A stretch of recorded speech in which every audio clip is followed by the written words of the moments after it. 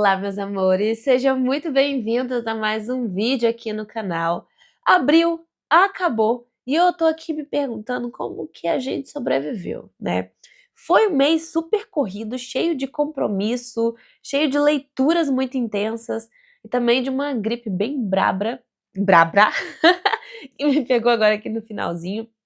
Foi com um lembrete do corpo ali, minha filha, sossega um pouco, respira, senta lá. Mas mesmo com esse fim do mês mais arrastado, abril foi um mês muito promissor de leituras. A gente teve livro bom, livro maravilhoso, livro estranho. Teve leitura coletiva pegando fogo, teve livro que entrou pro meu top do ano, e até aquele tipo de leitura que a gente termina e continua pensando nela dias depois. Sem falar, gente, que abril a gente também fez nossa maratona literária 24 horas, que foi um sucesso. O vídeo vai estar aqui linkado para vocês. Obrigada a todo mundo que participou. Foi incrível ver a movimentação, os check-ins, as leituras de vocês. De verdade, foi um respiro no meio do caos de abril. E agora chegou aquela hora que eu amo, que é sentar aqui com vocês, fazer esse balanço gostoso do que passou, contar o que eu achei de cada livro e dividir também o que vem aí nas próximas semanas. E se você for novo aqui, já se inscreve no canal, deixa o like, ativa o sininho, porque todos os livros que eu vou mencionar foram lidos com o Clube Doutores Leitores, já tem conteúdo disponível na plataforma, então se você faz parte do clube, corre lá para não perder nada, tá? Então, vamos começar com os lidos de abril. E eu já vou avisando que tem paixão, tem decepção, tem raiva e tem aquele momento assim, gente, o que foi que eu acabei de ler?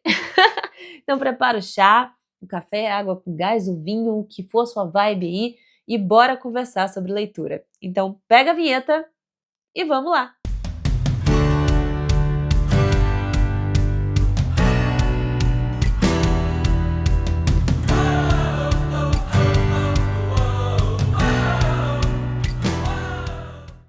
Como eu falei com vocês, abril foi um mês surreal. Eu acho que esse ano não teve nenhum mês que eu li tanto, e eu devo isso, claro, à maratona literária, que eu comecei a ler alguns livros que não estavam nem no meu radar para começar, e eu fiquei assim apaixonada e acabei terminando eles mesmo depois da maratona, sendo que eu também terminei 2 livros durante a maratona, né? Então vamos lá. O primeiro livro que eu vou comentar com vocês é Rede de Sussurros, da Chandra Blaker, e esse aqui foi uma leitura que me pegou de jeito, tá? Dei 5 estrelas sem pensar 2 vezes. É um livro que mistura suspense, denúncia social e tem aquele toque de tensão constante que faz a gente virar as páginas, com raiva, com curiosidade, com empatia ao mesmo tempo. A história toda gira em torno de um ambiente corporativo muito tóxico, onde uma série de abusos, uma série de omissões vai sendo escancarada aos poucos, e o mais genial é que a narrativa vai se revelando através de várias perspectivas femininas, o que torna tudo muito mais complexo, porque não é só uma denúncia direta, a gente tem aqui um emaranhado de silêncios, de alianças forçadas, muita culpa, muito medo, e a Chandler Blaker faz um trabalho primoroso, ela constrói esse clima sem, sem precisar forçar a mão. É sutil e é brutal ao mesmo tempo. Então a gente acompanha as protagonistas tentando se manter firmes num ambiente que constantemente está questionando a sanidade delas, a competência, a humanidade. E uma das coisas que mais me marcou nessa leitura foi perceber como o livro consegue nos deixar desconfortáveis e ainda assim prender a gente, tá? Não tem espaço aqui para neutralidade. E isso é uma coisa que eu valorizo muito, quando a leitura obriga a gente a sair do lugar confortável. Foi uma das leituras do mês que mais gerou conversa, gerou debate, gerou reflexão aqui nos grupos do clube. Tô animada, inclusive, para o debate final que não rolou na hora agora que eu tô gravando esse vídeo. E se você ainda não leu, eu recomendo demais, tá? Inclusive, vou gravar uma resenha completa, já já ela chega aqui no canal, porque Rede de Sussurros merece ser falado, relembrado, discutido com muita profundidade. E se eu tivesse uma frase que resume bem esse livro, é um livro que dá nome a coisas que a gente costumou a deixar sem nome. Eu acho que é por isso. Acho que é por isso que ele ficou marcado, tá? Então fica aqui a recomendação, é um livro incrível e eu acho que você devia ler.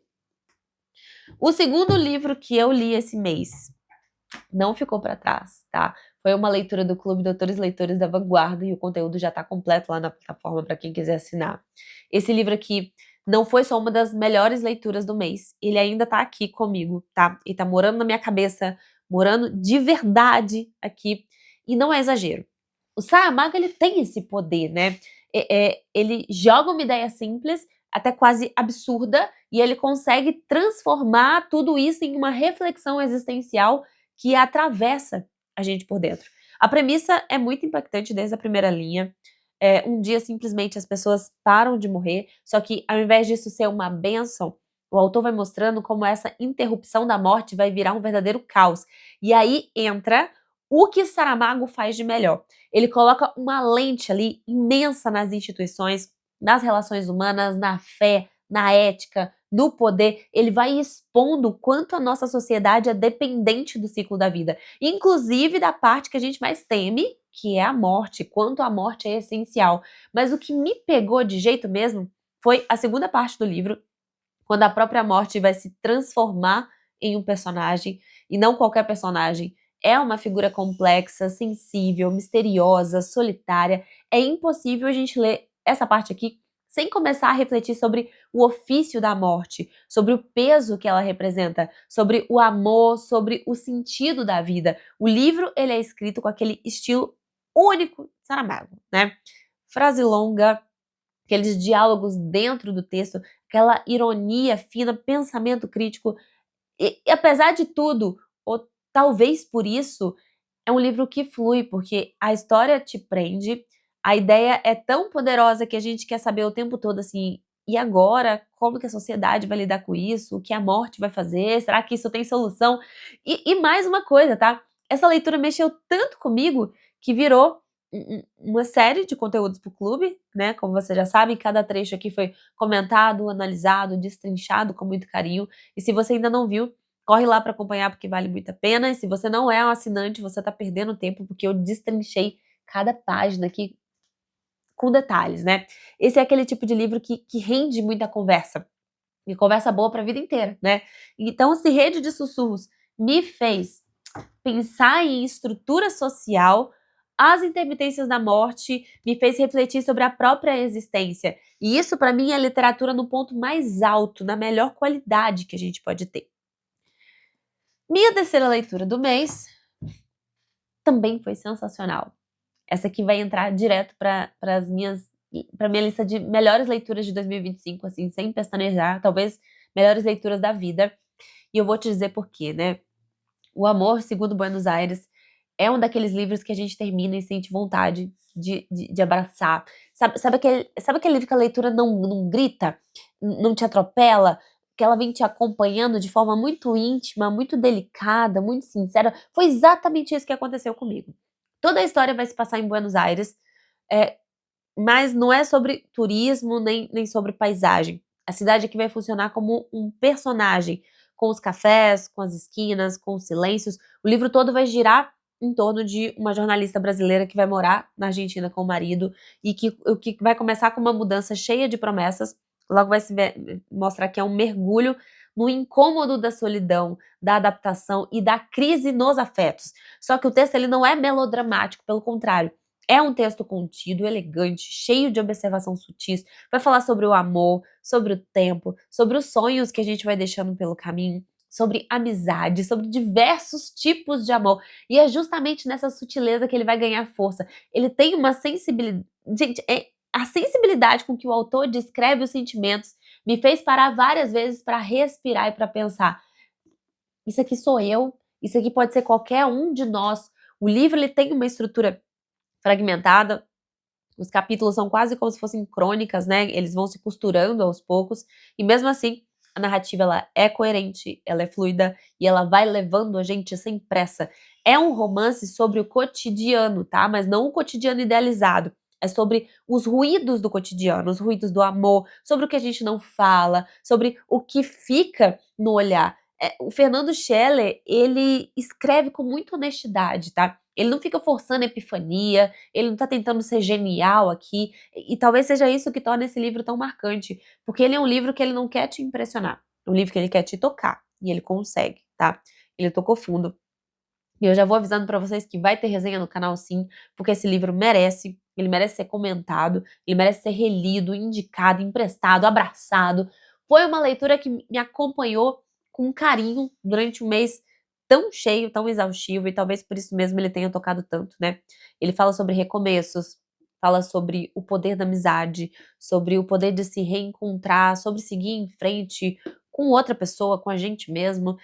E se você gosta de livros que falam de amor, com a beleza das coisas simples, tá? Coloca esse aqui na lista agora. Agora! Esse livro é incrível, vocês não estão entendendo. Isso é um espetáculo da literatura. Amei cada página. E eu tô querendo reler. Eu não sou uma pessoa de reler, mas tô querendo reler mais ainda. E como leitura pouca foi bobagem esse mês, eu também li, e esse eu encerrei, né? Comecei e encerrei na maratona, que foi Hotel Magnifique, da Emily J. Taylor. Esse livro aqui foi uma pausa mágica no meio da correria, tá? O Hotel Magnifique é aquele tipo de leitura que você escolhe quando você quer uma história mais leve, com fantasia, com um toquezinho de mistério, com cenários encantadores. E foi exatamente isso aqui que ele me entregou. Eu gostei bastante, tá? Me diverti e acho que ele cumpre bem aquilo que ele promete. Isso aqui é uma aventura mágica, com um ritmo mais gostoso, com personagens mais carismáticos. A história vai girar em torno de duas irmãs que vivem uma vida muito difícil, muito limitada financeiramente, e elas sonham com um futuro diferente. E essa oportunidade vai aparecer quando vai surgir na cidade delas o Hotel Magnifique, que é um hotel que aparece misteriosamente em uma cidade diferente a cada certo tempo, né? E esse hotel ele oferece empregos temporários e experiências únicas para os hóspedes. Só que esse hotel é tudo menos comum. Ele realmente é mágico, ele literalmente abre a porta cada dia em um local diferente, né? Então, mas ele é cheio de regras misteriosas, contratos ali que são quase eternos, e o que parece um sonho vai mostrar que tem um enganamento, tem um perigo, né? Então o livro ele tem uma atmosfera meio de conto de fada sombrio. A ambientação é um dos pontos mais fortes, né? A gente se sente dentro de um hotel com várias mudanças, com vários salões grandiosos, os quartos encantados. Tem um toque de crítica social aqui também, ainda de que forma bem leve, tá? Especialmente quando a protagonista ela começa a questionar o preço que se paga por esse tipo de encantamento, né? E o romance, assim, é bem presente na narrativa também, mas não é o guia da história. Então, o romance ele entra como parte do processo de amadurecimento da protagonista, que é uma protagonista teimosa, corajosa, impulsiva, do jeitinho que a gente espera de uma heroína jovem que tá tentando entender o lugar dela no mundo, né? E mesmo quando a trama vai começando a ficar um pouco previsível, porque em alguns momentos sim, ela é previsível, ela consegue manter o interesse. Então ela traz aquelas reviravoltas simpáticas, sabe? É aquele mistério gostosinho que vai desenrolando bem devagar. Então assim, foi uma leitura divertida. Não é um livro que mexe profundamente com a gente, como os anteriores que eu já comentei, mas é aquele tipo de fantasia que ajuda a espairecer, que distrai, que faz a gente sair um pouquinho da realidade, se deixar levar, né? Se divertir um pouco. Então, para quem gosta de história ali, um toquezinho de magia, um pouquinho de hotel encantado, uma protagonista mais decidida, que quer desafiar as regras, Hotel Magnifique é uma boa pedida. Eu gostei dessa viagem aqui no hotel. E foi exatamente isso, né? É uma viagem mágica, sem grandes compromissos, mas com momentos encantadores. É um livro para se divertir. E ele diverte. E ele é bem gostoso de ler. Daria um ótimo filme. Sério. Seria perfeito para cinema. Não sei se vai ser interpretado ainda, mas quando eu pesquisar mais sobre ele para fazer a resenha aqui no canal, eu trago essa informação. Mas ficaria perfeito, eu acho. Seria um livro tipo estilo Harry Potter, assim, sei lá, tem muita magia. Continuando, só um gole de café para ver se desentope o nariz. A minha quinta leitura do mês foi, como sempre, o livro do King. Isto foi o meu Kindle. Ignore este barulho. Tá de cabeça para baixo agora. É isso aí. Características sobre a Ana Cláudia que não sei se você conhece. Ela é extremamente desastrada. Sim, esta sou eu. Continuando agora, sem derrubar nada, sem quebrar nada. A quinta leitura do mês, como eu já falei com vocês, foi nosso livro do mês do Stephen King, Pesadelos e Paisagens Noturnas. Isso aqui pra mim é uma releitura, tá? E é uma montanha-russa, não tem como dizer. Como costuma acontecer com os livros do conto, especialmente os do King, essa experiência vai oscilando, tá? Então a gente tem momentos absolutamente geniais e outros que a gente fica pensando assim, fica igual aquele meme do John Travolta. ué, o que ele queria dizer, né? Mas, no geral, eu amei alguns contos e não gostei tanto de outros, né? E esse contraste acabou deixando a leitura ainda mais interessante. É como se ele tivesse aqui uma degustação de tipos de medos, tipo de traumas, alguns absurdos, e essas possibilidades que só o King consegue criar em um único livro, né?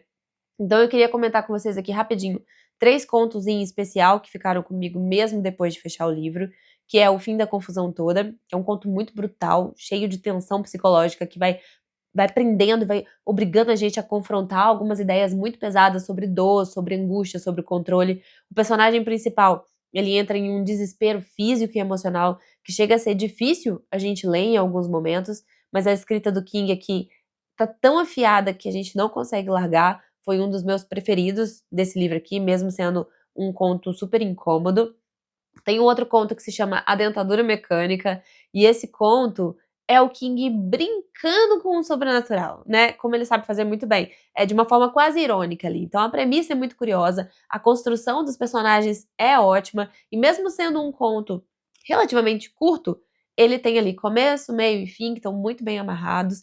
Me fez lembrar o que eu gosto tanto da escrita dele. Ele sabe exatamente como deixar a gente intrigado ali do começo ao fim, preso à história. É bem gostoso ler King, né? E o terceiro conto é o Sabe, Eles Têm Uma Banda dos Diabos, e aqui foi pura diversão, tá? É um conto estranho, surreal, cheio de absurdo, daquele tipo que você lê e fica pensando assim, mas por que eu tô gostando disso? É o King mais performático, que ri das próprias ideias malucas, que se diverte com a própria loucura, e a gente embarca aqui, tá? Pra mim, no geral, esse volume 1 foi uma boa introdução a esse universo mais experimental e mais variado do King. Não é o tipo de leitura que segue uma linha reta, nem sempre a gente vai amar tudo, tá? Mas é uma experiência, e eu gosto disso.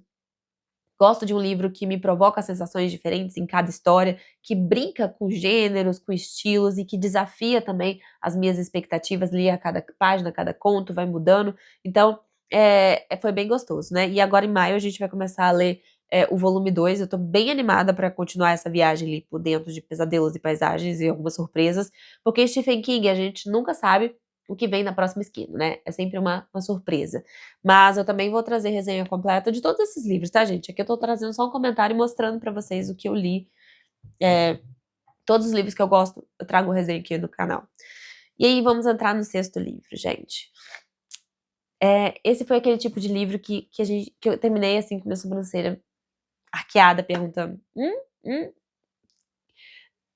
Dá uma vontade de conversar com alguém só pra perguntar se a pessoa já leu isso aqui, se só eu achei estranho, só eu achei realmente louco. Então, vamos lá. O livro é Credence, eu vou mostrar pra vocês a capa aqui, ó. Eu li no Kindle, tá no Kindle Unlimited, caso vocês queiram enfrentar isso aqui também. É esse livro, ó. A história vai acompanhar uma jovem chamada Tierna, que vai perder os pais e vai viver com o meio-tio em uma região bem isolada nas montanhas. Só que esse meio-tio mora com outros 2 filhos, e o livro vai começar rapidamente a desenrolar para uma trama de atração entre ela e esses 3 homens da mesma casa. É isso mesmo que você ouviu, né? É assim tão complicado quanto parece. É um livro com vários gatilhos, principalmente envolvendo relações de poder, sexualidade, luto, isolamento. Não é uma leitura leve nem simples, e eu diria que também não é para todo mundo.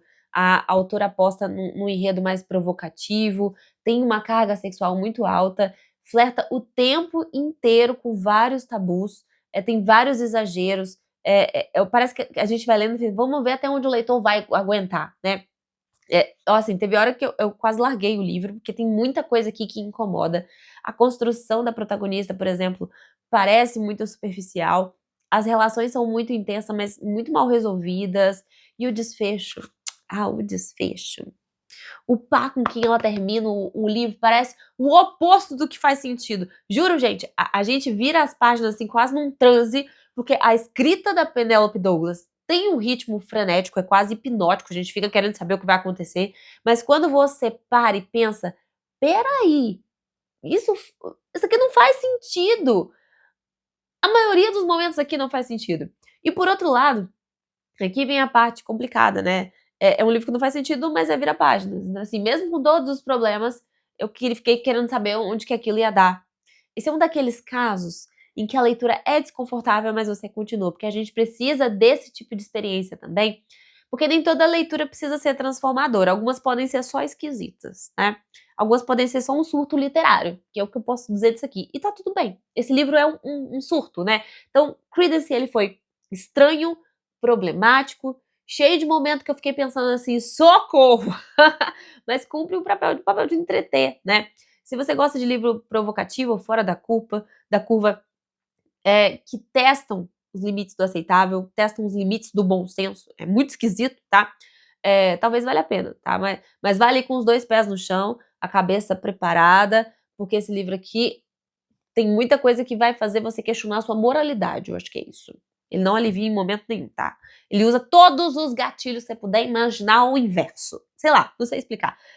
Se você quiser saber, leia, porque eu não vou fazer resenha sobre esse livro, eu posso até comentar com vocês, mas eu não gosto de fazer resenha falando mal de livros, porque não é a minha praia, mas não gostei. Eu sempre falo do que eu não gostei só aqui nesses vídeos intermediários, né? Vou fazer resenha de livro que eu não gostei? Não é minha cara. Agora eu vou falar com vocês de 2 leituras que estão em andamento, eu ainda não terminei. Eu tô lendo junto com o Clube Tolkien. É uma leitura coletiva do clube, né? Então, a gente vai ler durante o mês de abril e a gente vai terminar só no mês que vem, em maio. E a gente tá abrindo as portas ali com o pé direito em abril, ou melhor, com as 2 mãos segurando, porque esse livro é incrível, o Silmarillion. É um livro denso, belíssimo, muito complexo, muito poético, mas nada fácil, tá? E a gente já sabia disso, né? Esse é um dos livros mais desafiadores de Tolkien, e mesmo assim a gente decidiu encarar essa jornada junto com o Clube de Autores Leitores. E o que mais me impressiona em O Silmarillion é o tamanho que o universo que o Tolkien construiu. É como se a gente estivesse lendo a Bíblia de um mundo fictício, com todas as origens cósmicas, todos os deuses, todas as raças, todas as guerras e, claro, todos os conflitos éticos, emocionais. É muita coisa pra gente absorver. E às vezes eu confesso que a mente dá uma escorregada, né? Mas quando a gente consegue entrar no ritmo e entender as relações ali entre os Valar, os elfos, os humanos, os acontecimentos que precedem tudo que a gente vê dentro do Senhor dos Anéis, a leitura vai se transformando, tá? Então, abril foi o mês em que a gente começou essa leitura e já se deparou com histórias lindíssimas, como as de Fëanor, como a dos Silmarils, com várias traições épicas, com várias batalhas, aquela tensão ali entre orgulho e sacrifício que é muito presente na obra do Tolkien.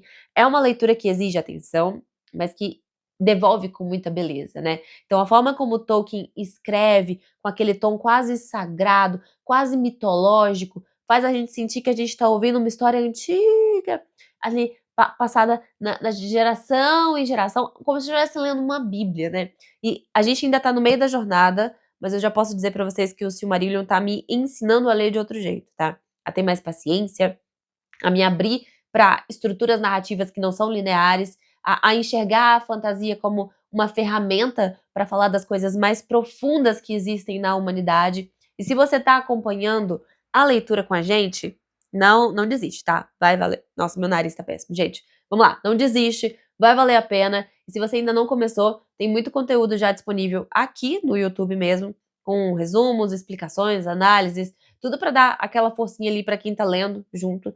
Porque esse aqui é uma floresta bem densa, tá? Não é fácil de desbravar, mas a gente tá indo junto. E outra leitura que está em andamento, dessa vez com o Clube de Autores Leitores Desbravadores, é, é um livro difícil, tá? Nossa, eu acho que eu não sei nem falar.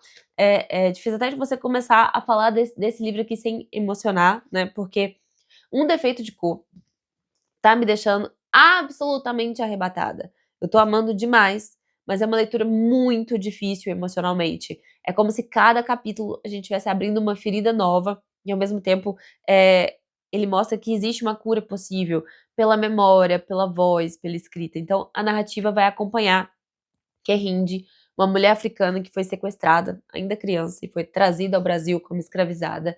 E o livro é contado na forma de uma carta que ela está escrevendo já idosa para o próprio filho, e só isso já cria um vínculo afetivo muito forte com a gente. Então, a sensação de que a gente está lendo um desabafo íntimo, uma tentativa de costurar o próprio passado que foi despedaçado pela história, É um livro longo, como podem ver, né? Cheio de detalhes históricos, que desencadeiam, que escancaram toda a violência do período escravocrata, mas também revelam uma protagonista impressionante. A Kehinde, eu nunca sei falar o nome dela.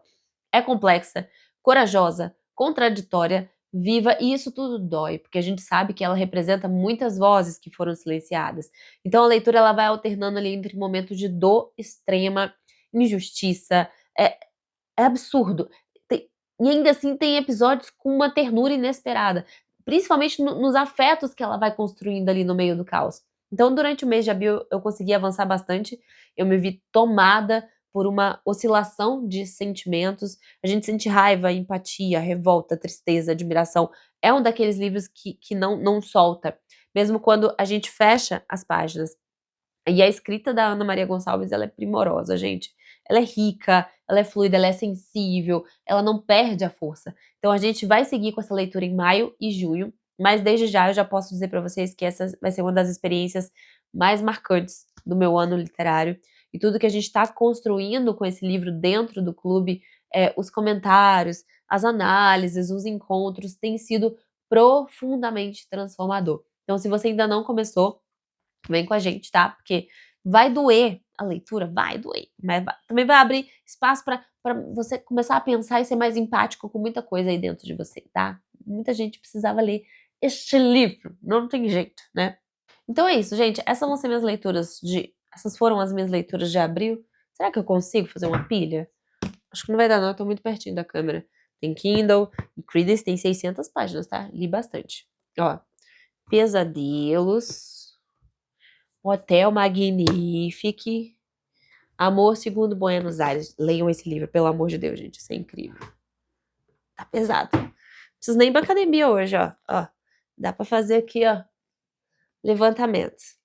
Essas foram minhas leituras de abril, tá, pessoal? Claro que eu não terminei esses 2 últimos livros aqui, mas os de cima foram todos começados e encerrados em abril. Estou muito orgulhosa de mim. Tem um tempão que eu não leio tanto livro bom assim numa tacada só. Agora, vamos lá.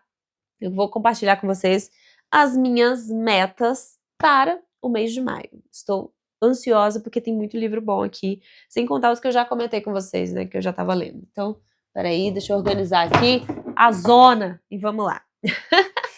Nossa, gente, tá um caos. Para começar, vou começar com um livro que eu não tenho aqui. Eu já comprei ele na Amazon, só que ele tá sob encomenda, então não chegou ainda. Eu vou ter que comprar ele pro meu Kindle, eu não tenho, que é Pesadelos e Paisagens Noturnas 2. Então, depois daquela montanha russa do volume 1, não tinha como eu não seguir pro segundo, até porque é do clube, né? Stephen King tá no clube, não tem como fugir. Ele tem essa capacidade de prender a gente mesmo quando nem todos os contos são unânimes, e é justamente por isso que as minhas expectativas estão altas, porque mesmo quando ele não acerta em cheio, ele nunca entrega algo morno também, tá? Então sempre tem alguma faísca ali, mesmo nos contos que a gente não gostou tanto. O volume 2 vai seguir o mesmo formato do anterior. É uma coletânea de contos independentes, cada um com uma proposta, um cenário diferente, uma sensação diferente. E o que eu mais gosto nesse tipo de leitura é que ela funciona ali como uma pequena pausa entre as outras leituras mais densas, tá?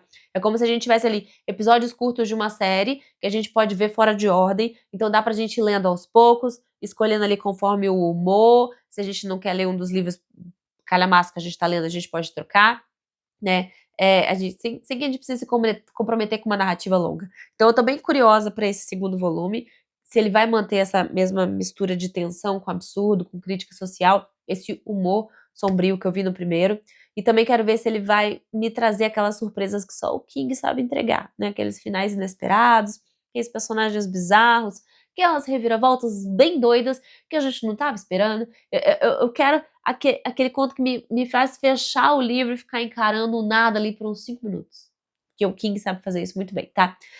E mais uma coisa que me deixa animada é que eu sinto que esse tipo de leitura me ajuda muito a afinar também a percepção narrativa, porque cada conto, ele tem um ritmo próprio, ele tem um jeito mais específico de provocar o leitor. É como se a gente estivesse treinando o olhar com estruturas diferentes. Isso sempre me acrescenta, tá? Então, sim, Pesadelos e Paisagens Noturnas, volume 2, já tá aqui separadinho. Mentira, não vou comprar ele pro Kindle, eu já comprei, mas ele não chegou. Pronto pra gente começar ele ali no mês de maio, né, então vai ser aquela leitura que vai entrar nos intervalos, que vai me tirar dessas rotinas das leituras principais e, com sorte, no meio disso vai me dar um friozinho na barriga ali, que só o mestre do terror, só o King sabe causar. Um outro livro que eu vou ler esse mês é sempre assim, eu tinha parado de ler os livros religiosos e os livros, de autoajuda, e eu achei que eu tinha que voltar, e esse livro entrou na lista de maio justamente porque eu senti que era o momento certo para ele, depois de um abril bem puxado, tanto emocional quanto fisicamente. Leituras muito densas, né, muito trabalho acumulado, teve a maratona literária, essa gripe que não me abandonou ainda, o corpo e a mente começaram a cobrar um pouco mais de estrutura, e aí que vai entrar o livro Disciplina é Destino. É um livro que promete trazer uma conversa bem afiada, bem direta sobre responsabilidade pessoal, sobre limites internos, sobre o poder do autocontrole. Então, Ryan Holiday, ele é conhecido por trazer os ensinamentos do estoicismo para o dia a dia moderno, tá? Eu não concordo com tudo do estoicismo, mas eu tô querendo conhecer um pouco mais. Então ele vai descrever aqui de uma forma bem clara, bem objetiva, vai trazer exemplos históricos, o que torna a leitura bem mais interessante. E nesse livro em específico, ele vai focar justamente em como a disciplina molda o nosso destino. E cá entre nós, gente, quem que não tá precisando aí de um empurrãozinho para manter a constância, né? Porque o mundo parece tá desmoronando ao redor da gente. Minhas expectativas estão altas, porque eu já conheço o estilo dele e eu sei que ele não traz fórmula mágica, tá? Nem frase pronta, pelo contrário, ele tem um jeito mais direto de falar aquilo que a gente até já sabe, mas que não tá aplicando. Então ele bate muito naquela tecla da repetição, da constância, do esforço, tudo aquilo que sinceramente é muito mais difícil do que parece, né, mas que muda mesmo o rumo da nossa vida. Então, eu espero encontrar aqui não só dicas práticas, tá, mas principalmente aquele tipo de reflexão que me ajuda muito a recalibrar a rota. Então eu tô procurando mais foco, mais clareza, menos impulso para maio, tanto no trabalho, quanto nas leituras, quanto na alimentação, nos treinos. E esse livro aqui tem tudo para ser, guia nessa retomada de ritmo. Então, e tem um detalhe também que eu acho importante, esse aqui não é um livro longo, né, então dá para encaixar no meio da rotina com muita tranquilidade. Então a ideia é justamente essa, usar o conteúdo para reorganizar os dias, não para complicar eles ainda mais. E eu quero que ele funcione como um lembrete diário de que disciplina não é castigo, disciplina é liberdade. Então eu estou animada para trazer esse conteúdo aqui no Instagram, no canal para vocês, porque eu acho que é super válido e ajuda muita gente. Eu acho que leitura e disciplina tem tudo a ver. Ler com constância, manter o hábito, mesmo naqueles dias mais caóticos, seguir um cronograma, tudo isso é um exercício de autocontrole. E se o livro for tudo o que ele promete, né, vai render boas conversas e eu tô animada aí de compartilhar isso aqui com vocês. A outra leitura é uma leitura que já tá em andamento. Esse é um daqueles livros que eu comecei com muita empolgação, mas acabei pausando por conta da correria do mês. Só que ele ficou ali na estante, me chamando de volta. E maio vai ser o mês em que eu pretendo retomar Berlim com calma, com a atenção que ele merece, porque eu já caminhei bastante, eu li tipo uns 25% do livro, mas é uma leitura que não dá pra fazer no automático, tá? Pra quem não conhece, Berlim é uma graphic novel densa, histórica, lindamente ilustrada, que retrata o período da República de Weimar na Alemanha, é aquele intervalo que aconteceu entre as duas grandes guerras mundiais, quando Berlim ainda era uma cidade mais efervescente, mas era cheia de contradição, muita instabilidade política, muita agitação social. É uma época muito rica e muito complexa. E o Jason Lutz faz um trabalho impressionante aqui quando ele transforma isso tudo em quadrinhos. Mais parece cinema preto e branco, sério mesmo, tá? Olha que bonito. A narrativa ele vai seguir vários personagens, entre eles uma estudante de arte e um jornalista, que vão se cruzando ali enquanto a cidade vai pulsando ao redor deles. E o mais interessante é que o foco não está apenas nos grandes eventos históricos, tá? Mas nas pessoas comuns, nas pequenas decisões, nas dúvidas, nas relações. É um olhar muito humano sobre um tempo que já parecia estar à beira do colapso. A guerra se aproximando. Então, as ilustrações são maravilhosas, tá? Cada quadro tem muito detalhe, os cenários são muito verossímeis, as expressões faciais transmitem muito sentimento, o que muitas vezes a gente não consegue perceber em quadrinhos, e toda a arquitetura de Berlim é muito bem representada, é quase um documento aqui, tá? É o tipo de livro que faz a gente parar várias vezes só para ficar olhando um desenhinho, uma rua, um gesto ali. Isso, claro, pede tempo, por isso mesmo eu deixei ele um pouquinho de lado em abril, mas agora eu quero retomar do começo, tá? Eu vou voltar do começo até o fim, porque eu não quero perder a leitura, e minhas expectativas estão bem altas, porque o que eu já li até agora já mostrou que essa leitura é muito mais do que informativa, ela é imersiva mesmo. E nesse momento em que eu tô voltando a buscar mais disciplina e mais foco, Berlim vai entrar como uma leitura que vai exigir, mas que também vai recompensar por isso. Acredito que vai me trazer não só mais conhecimento histórico, mas também reflexões sobre ciclos políticos, sobre ciclos sociais, sobre o papel do indivíduo em tempos de crise. Então, é um livro que vai falar muito sobre força das escolhas que são aparentemente pequenas, mas que se transformam em grandes. Então, se você gosta de graphic novel, que tem peso literário, tem conteúdo histórico, coloca Berlim no radar aí. Se você quiser retomar comigo, fica o convite, porque essa leitura merece ser feita em conjunto e a gente pode conversar sobre isso lá no grupo do Telegram, sem problema nenhum. Vamos lá. A próxima leitura que eu vou fazer em maio é O Retrato de Dorian Gray, do Oscar Wilde. E só falar, né, já dá aquele friozinho bom ali de leitura clássica. Esse livro, na realidade, é uma releitura para mim. E O Retrato de Dorian Gray não é qualquer clássico. É um livro que atravessou o tempo, que continua atual, provocador, elegante, e que finalmente chegou a hora da gente ler junto no Clube Doutores Leitores. Eu tô animadíssima. A história toda gira em torno de Dorian Gray, um jovem lindo, puro, cheio de potencial, que acaba se tornando um símbolo da vaidade e da decadência. Isso porque, em um momento decisivo, ele vai desejar que o retrato dele envelheça no lugar dele, enquanto ele fica ali jovem eternamente. E a partir daí, tudo vai desandar. Mas desanda de um jeito bem fascinante, tá, gente? O que mais me encanta aqui nessa história é como o Oscar Wilde, ele constrói esse pacto simbólico entre beleza e corrupção, como ele consegue associar muito bem. E ele faz a gente pensar sobre o que é realmente importante na vida, sobre como a aparência pode enganar, sobre o peso das nossas escolhas, sobre como a vaidade, quando ela é colocada acima de tudo, pode destruir não só a imagem de uma pessoa, mas a alma também. E tem mais, tá? A escrita de Wilde, ela é afiada, cheia de ironia, de inteligência, de frases que a gente tem vontade de sublinhar. Tá todo marcado, né?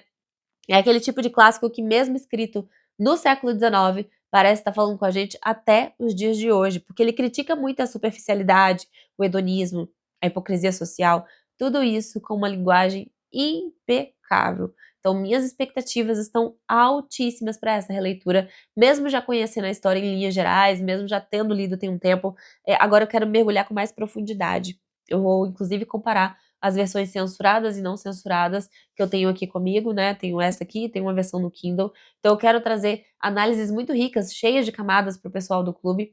Eu acho que certamente vai render debates muito intensos. E mais, gente, né? O conteúdo do clube dessa leitura vai ser completíssimo. Se você quiser participar, assinar, tá tudo aqui embaixo, tá? Os links estão aqui na descrição do vídeo.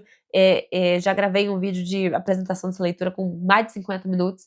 Então, eu acho que vai ser uma leitura com suporte, com muita reflexão, que vai dar um toquezinho especial. Então, se você ainda não leu o Retrato de Dorian Gray, essa é a hora.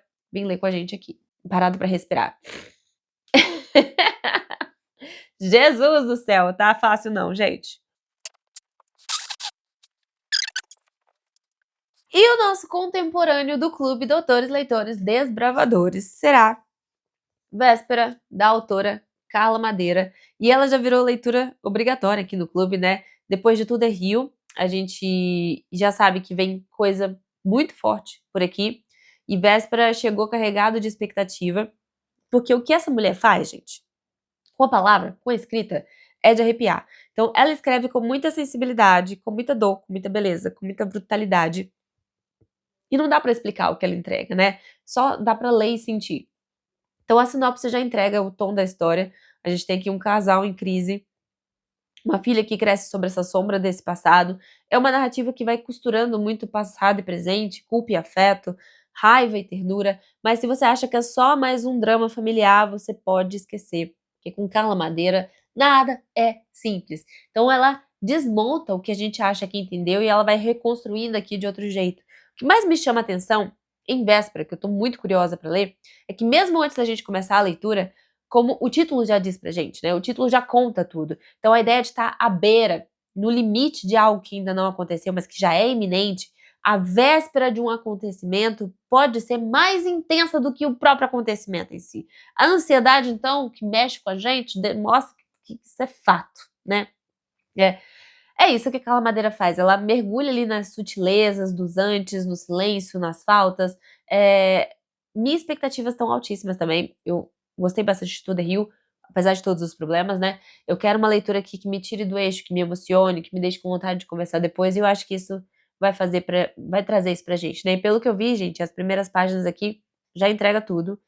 A linguagem é fluida, a construção psicológica dos personagens é densa, e a estrutura narrativa parece estar cheia de armadilhas que a gente vai descobrindo aos poucos. Então eu tô bem curiosa, bem animada. Vai ser uma leitura bem intensa, sem dúvida, que tem tudo para trazer muitos debates aqui para o clube. E para finalizar, a gente vai manter as leituras do clube, como eu já falei com vocês, né? Eu vou finalizar o Silmarillion com o Clube Tolkien. A gente finaliza no mês de maio e a gente vai ter o mês de junho de pausa pra gente dar um tempo de Tolkien antes da gente continuar as leituras, porque depois deste livro a gente merece uma pausa. Merece uma pausa do universo de Tolkien, né? Então a gente termina essa leitura em maio, tô bem ansiosa, a gente já tá na metade, então falta metade desse livro. E como eu falei com vocês, a gente vai continuar a leitura de Um Defeito de Cor, porque a gente dividiu essa leitura em 3 meses, então a gente começou em abril, vamos ler em maio, e em junho a gente chega no final. Tô bem animada de continuar essa travessia aqui com o Querinde, como eu já comentei também. Gente, eu simplesmente perdi o final do vídeo. Sumiu. Evaporou, foi abduzido, não sei como, não sei porquê. Só sei que eu tava quase terminando e puf, desapareceu. E olha, só que faltava mais um livrinho. Mas tudo bem, vai virar surpresa pro próximo vídeo, suspense literário, sabe? Então já aproveita, deixa seu like, porque isso ajuda demais. Se inscreve no canal para não perder o desfecho desta saga dramática, digna de um plot twist do Stephen King. Beijos, abraços e aquele tchau dramático que só vocês já conhecem. Beijos, pessoal. Tchau.